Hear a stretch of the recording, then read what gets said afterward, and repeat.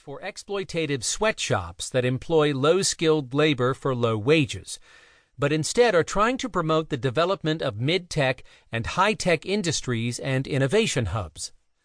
These industries and innovation-intensive companies need a well-qualified workforce. Yet a workforce of this kind can be expected to develop an interest in good quality work and in participation rights. This book investigates the mechanisms of consent generation at the workplace level in authoritarian countries, using the case of automotive plants in China and Russia. The automotive industry represents a so-called medium-high technology industry and is considered a central pillar of economic development in China and Russia. It has a long tradition in both countries, with companies like Avtovaz and Gorky Automotive Works, GAZ, in Russia, or First Automobile Works, FAW, in China, which were developed during the communist era.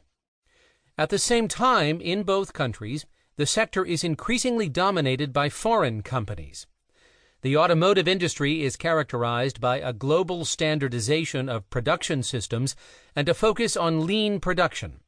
The human resources systems linked to lean production are often described as high-involvement and high-performance work systems, which include extensive training activities, long-term staff development, performance-based forms of remuneration, job security, and extensive information and consultation activities with employees.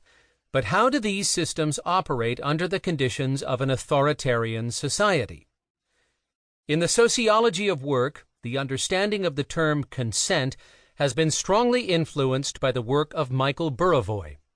Burawoy's starting point was the classic problem of the incomplete employment contract. Since not all the employee's duties and obligations can be stipulated in the employment contract, companies have to rely on the general willingness of employees to perform tasks that cannot be defined in advance, within a zone of acceptance, as David Marsden calls it. This willingness, and its expression in the form of compliance with the given rules and performance expectations, is called consent. Following Hodson, two types of work behaviors are used to operationalize consent. Citizenship behaviors are those that meet the given company rules and performance requirements. The term comes from the management literature and is somewhat euphemistic.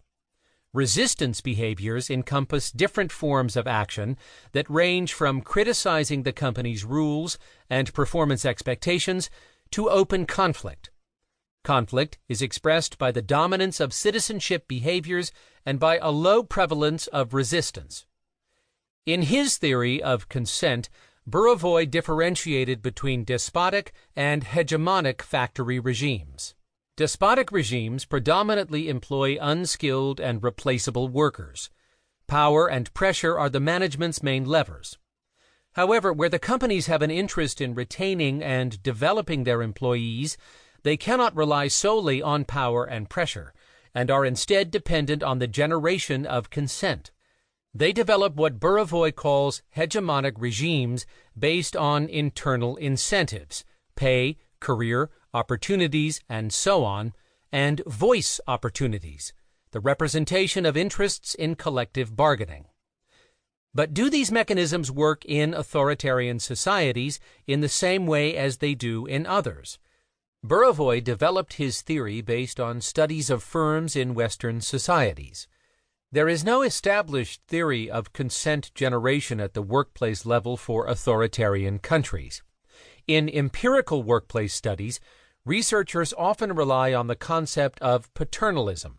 Paternalism means that consent in a company is created through an ideology stressing a company community or company family, that is, through a strong welfare orientation towards the company's employees, as well as through personal dependencies and loyalty obligations on the part of the staff to the company owners or the managerial personnel. Some approaches argue that traditional authority norms provide a cultural basis for paternalist ways of generating consent. In an analysis of the development of management ideologies in the United Kingdom and the United States, Bendix showed that the decline of traditional authority